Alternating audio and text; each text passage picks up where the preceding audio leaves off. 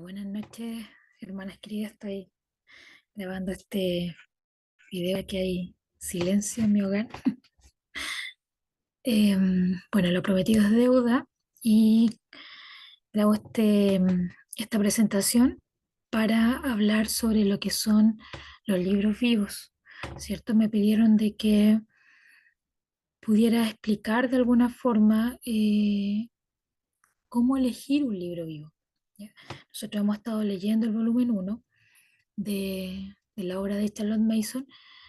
Y me parece importante recordar algunos principios que ella señaló y que nosotros leímos y que nos van a ayudar también a hacernos una idea de cómo hacer una selección de libros. Entonces,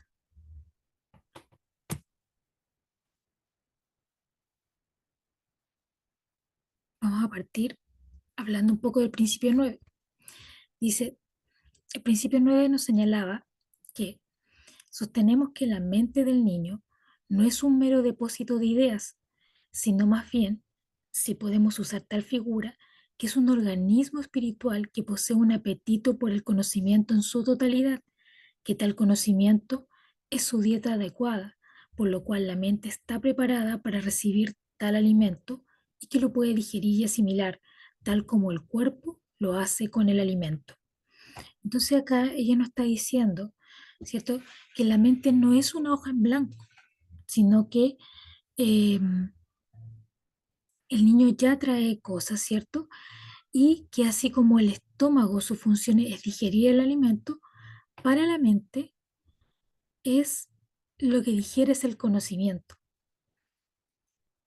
Así que por esa razón, no necesita el niño una mayor instrucción especial o ejercicios para preparar el aprendizaje.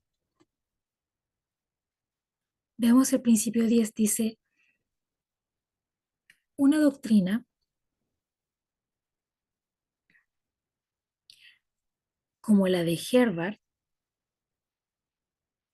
que propone que la mente es una tabula rasa, relega al maestro todo el peso de la educación, es decir, preparación del conocimiento en bocados, tentadores, debidamente ordenados. Los niños instruidos con este principio están en peligro de recibir mucha instrucción y poco conocimiento. Y el axioma del maestro es: lo que el niño aprende importa menos que cómo lo aprende. Entonces, ¿qué es lo que pasaba acá? Ella hablaba, ¿cierto?, que la filosofía de Herbert proponía que la mente era una caja vacía, ¿ya? Y que está esperando llenarse de fragmentos de información, lo cual pone demasiado énfasis en el maestro.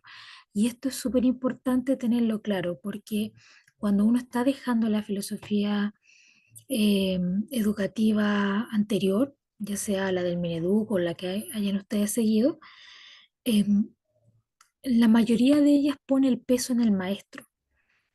Entonces, uno tiene que estar preparando material, haciendo cosas, haciendo todo el trabajo, cómo hacer ese bocado tentador. Y esto es para las mamás lo más complicado de dejar o de soltar cuando está pasando una filosofía de Charlotte Mason.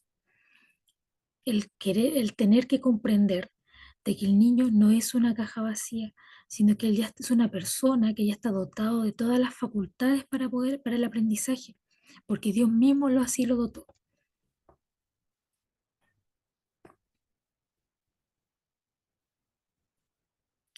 Los principios 11 y 12, acá los junté, dice: pero nosotros, creyendo que el niño normal tiene capacidades mentales que lo capacitan para lidiar con todo el conocimiento apropiado para él, le damos acceso a un currículum completo y generoso, poniendo cuidado de que todo el conocimiento que se le ofrezca sea vital, es decir, que los hechos no se presenten sin las ideas que lo sustentan.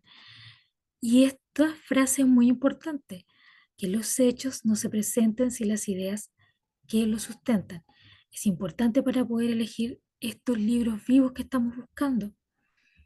¿Ya? ¿Por qué es importante? Porque a partir de esta concepción, dice aquí, ¿cierto?, surge nuestro principio de que la educación es la ciencia de las relaciones, ¿ya? Entonces, los hechos no se deben presentar aislados, sino que de una forma em, que se junten con estas ideas que las sustentan. El principio número 13 es bastante esclarecedor. Nos dice, al diseñar un programa de estudios para un niño normal de cualquier clase social, se debe considerar tres aspectos. El niño requiere mucho conocimiento, ya que la mente necesita suficiente comida igual que el cuerpo. B, los conocimientos deben ser variados, porque la uniformidad en la dieta mental no crea apetito, es decir, la curiosidad. Así como para el estómago el apetito es la señal, ¿cierto?, de que se debe comer, para la mente, para el cerebro, la curiosidad es la señal de que el niño está queriendo aprender. El conocimiento debe comunicarse con un lenguaje bien escogido, porque la atención del niño responde naturalmente a lo que se comunica en forma literaria. Entonces, por esta razón, nosotros elegimos estos llamados libros vivos. Entonces, ¿qué son los libros vivos según Charlotte Mason? Son libros de alta calidad literaria, ya sean estos de ficción o no lo sean. Son escritos por un autor que demuestra conocimiento y pasión por el tema. Es un libro que inspira y que tiene carácter, ¿ya? No es una lectura sosa, no es una lectura sin sentido. Nos insta a saber más y no, además nos forma como personas. Es súper importante eso. Entonces vamos a hacer un pequeño ejercicio con estas dos ideas. Ya estos libros, yo creo que ya saben más o menos para dónde va, pero no voy a dar la respuesta, sino que la podemos conversar quizás más en profundidad cuando nos reunamos. ¿Cuál de estos dos puede ser un libro vivo? Acá ustedes ven Las aventuras del Capitán Calzoncillos de Dav Pilkey. Este es un libro que se da en tercero básico para lectura complementaria. Y este libro de George MacDonald, Más allá del viento norte, también es recomendado como lectura para tercero básico. No voy a decir por qué. Ahora, el hecho de que un libro tenga buenas reseñas en Google nos podrá servir como para poder saber si acaso es un libro vivo. Una de las características que decía Charlotte Mason es que un libro vivo debe ser capaz de mover las emociones. Entonces, vamos a revisar estas reseñas de Google. Vamos a revisar primero Las aventuras del Capitán Calzoncillo. Dice que al 95% le gustó este libro. O sea, debe ser un libro que está moviendo emociones. Si al 95% de las personas o de usuarios de Google que leyeron el libro dice que les gusta, es porque debe estar haciendo algo el libro, ¿no? Provocando algún efecto. Tiene un impacto. Y veamos Más allá del viento norte. Es un libro que dice acá ustedes lo pueden ver, al 91% le gustó este libro de los usuarios de Google, o sea, menos gente. También vemos que es un libro que está moviendo emociones, que tiene un impacto. Solo un 90% me parece importante eh, el impacto de un libro, pero es menos que el del capitán, de la aventura del Capitán Calzoncillo. Vamos a revisar entonces ahora el libro, el contenido, para poder hacernos una idea. Vamos a observar la forma en que está escrito, las ilustraciones y el vocabulario que tiene. Este es el capítulo 1 del libro. Dice, estos son Jorge Betanzos y Berto Henares. Jorge es el chico de la izquierda, con camisa y corbata, y Berto es el de la derecha, con camiseta y un corte de pelo demencial. Recordadlos bien, o sea, está bien en español.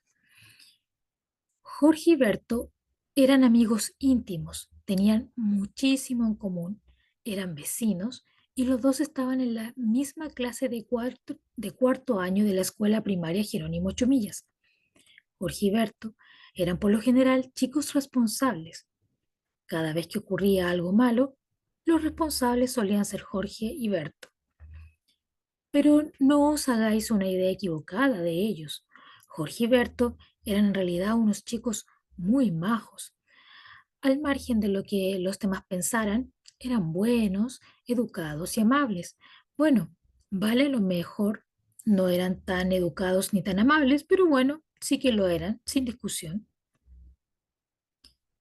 Lo que pasa es que tanto Jorge como Berto tenían cada uno una vena de alocado de mucho cuidado, que por lo general les resultaba difícil controlar. A veces los metía en líos serios y una vez los metió en un lío muy, muy serio. Pero antes de contaros esa historia, os tengo que contar esta otra. Bueno, hasta ahí termina el capítulo 1 de este libro. Observen por favor las ilustraciones que tiene. Tiene un estilo muy como de cómics, muy, eh, muy sencillo, ¿cierto? Muy basado en líneas, ¿ya? Y es bastante corto el texto con letra bastante grande. Vamos a analizar qué es lo que dice más allá del viento norte. Dice, esta historia. Este está solamente un fragmento porque es mucho más largo. Este es un fragmento del capítulo 1. Dice que esta historia se basa en Diamante, que es el hijo de un cochero, de un caballero que llevaba los caballos, maneja caballos, ¿cierto? Eh, y que se encuentra con este ser que es viento del norte, que se le presenta como una dama, y esta dama lo está invitando a irse con él. Entonces le dices, entonces, por favor, viento del norte, eres tan hermosa, estoy listo para irme contigo. No debes apresurarte a seguir a todo lo que es bello, diamante. Pero lo que es bello no puede ser malo. Tú no eres mala, ¿verdad, viento del norte? No, no soy mala, pero en ocasiones las cosas bellas se vuelven malas por sus malos actos, y hace falta cierto tiempo para que sus maldades estropeen su belleza. Eso hace que los niños pequeños se puedan equivocar si van detrás de cosas solo porque son bellas. Bien, y ahora vamos a ir a revisar las ilustraciones que tiene este libro. Bueno, estas son algunas de las ilustraciones, eh, bastante detalladas, ¿cierto? No son tan sencillas ni tan con líneas tan simples, sino que bastante eh, eh, cercanas a lo que sería una persona real, comparado con el otro libro. Entonces, a la hora de aplicar el criterio, podemos preguntarnos, ¿cuál de los dos libros te edificó con su lectura, aunque haya sido un trocito? ¿Ya? ¿En cuál de los dos libros puedes encontrar algo bello? ¿En cuál de los dos libros puedes encontrar algo bueno? ¿En cuál de los dos libros puedes ver algo de virtud? Esto es un consejo de cómo poder seleccionar estos libros. No voy a dar la respuesta acá, cada uno piénselo y bueno, cuando nos veamos nuevamente lo vamos a conversar quizás más en profundidad. Acá tenemos otros ejemplos de libros vivos para literatura. Por ejemplo, este está Comarca del Jazmín, de Oscar Castro, que es un poeta y escritor chileno de Rancagua, justamente, el escritor del himno de Rancagua. Y vamos a leer un pequeño extracto de este libro, que dice, Corchuelo, sí, Corchuelo, dice Juanito lentamente, haciendo jugar el picaporte de su pieza. El picaporte es como un pequeño animalito metálico y chirriante. Tirándole la colita amarilla, el picaporte esconde la lengua y luego al soltarla suena y asoma, fría como si gustase un helado invisible. Juanito ha estudiado mucho este juguete oscuro de la puerta. Descarta sacarlo y ver qué tiene por dentro, descubrir el maravilloso resorte que produce aquel sonido.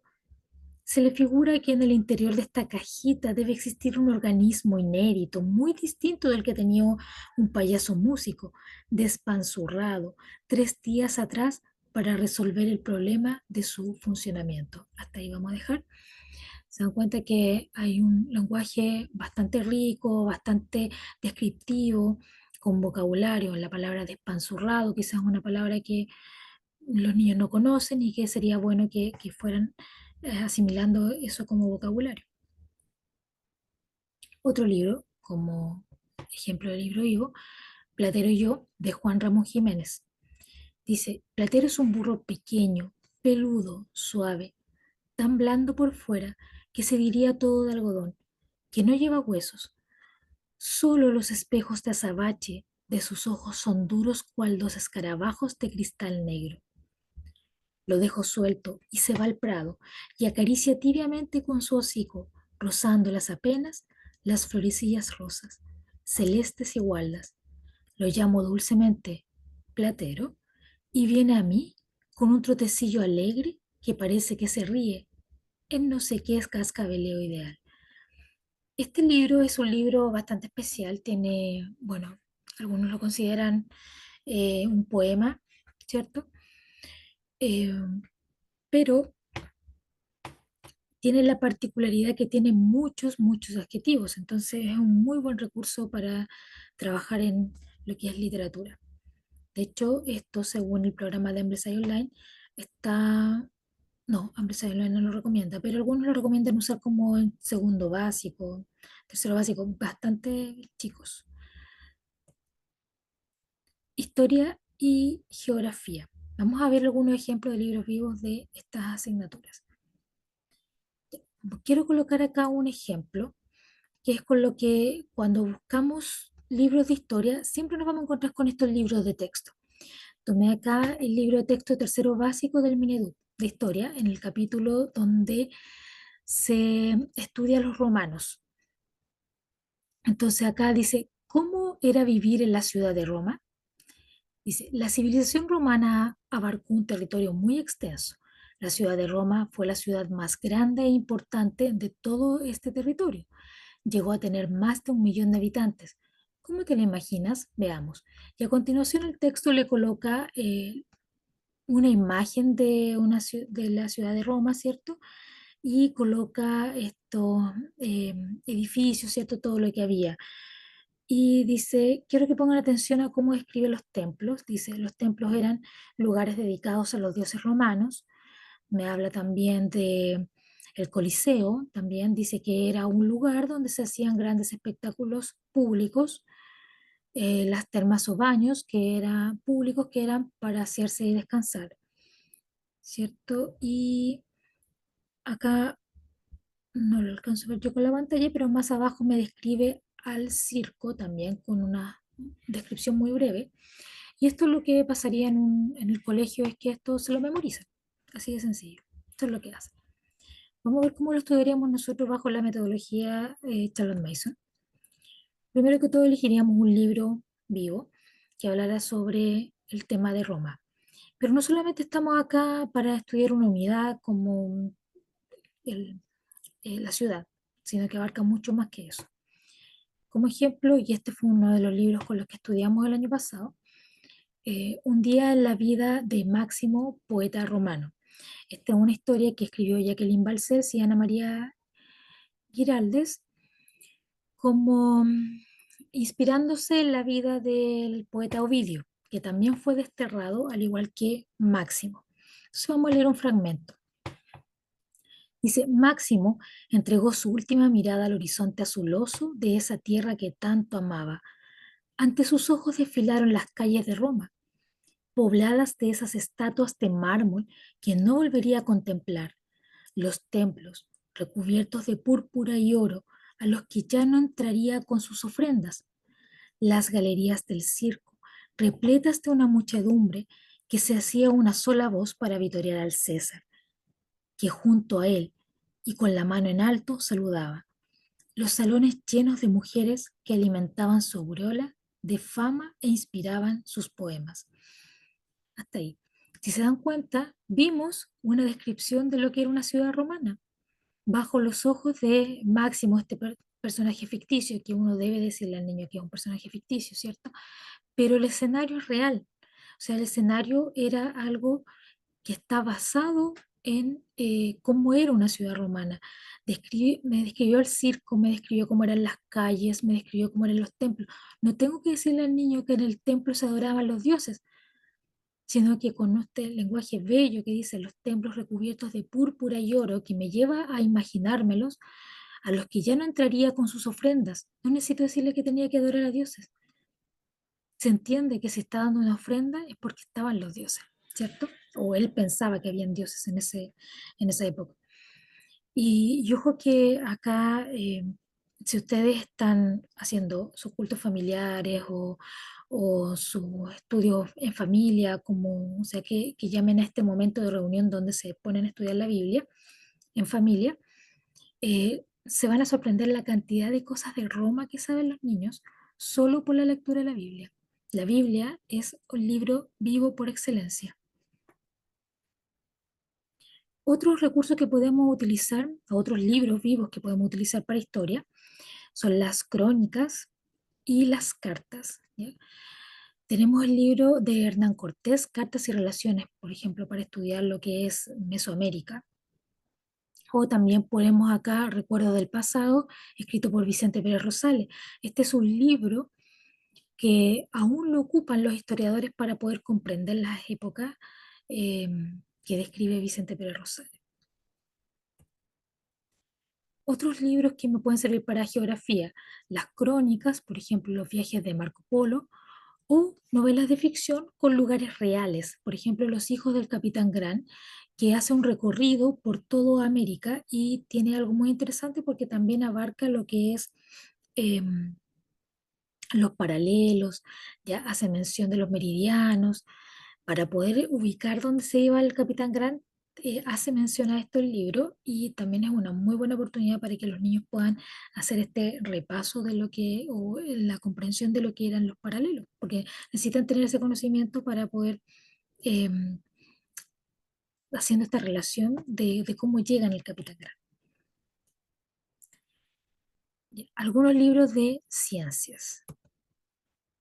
Voy a leer este extracto que esto lo encontré en una página web, un blog que habla sobre Charles Mason, está en inglés, pero gracias a los beneficios de Google Translate eh, lo pude colocar acá. Puede ser que no esté perfecto, pero creo que la idea se entiende perfectamente. Los libros destinados a promover el interés por la ciencia deben diferir completamente de las guías de laboratorio, libros de textos u obras de referencia. Deberían apuntar a exaltar el espíritu científico que lleva a los hombres a dedicar sus vidas al avance del conocimiento natural y a mostrar cómo la raza humana finalmente cosecha los beneficios de tales investigaciones.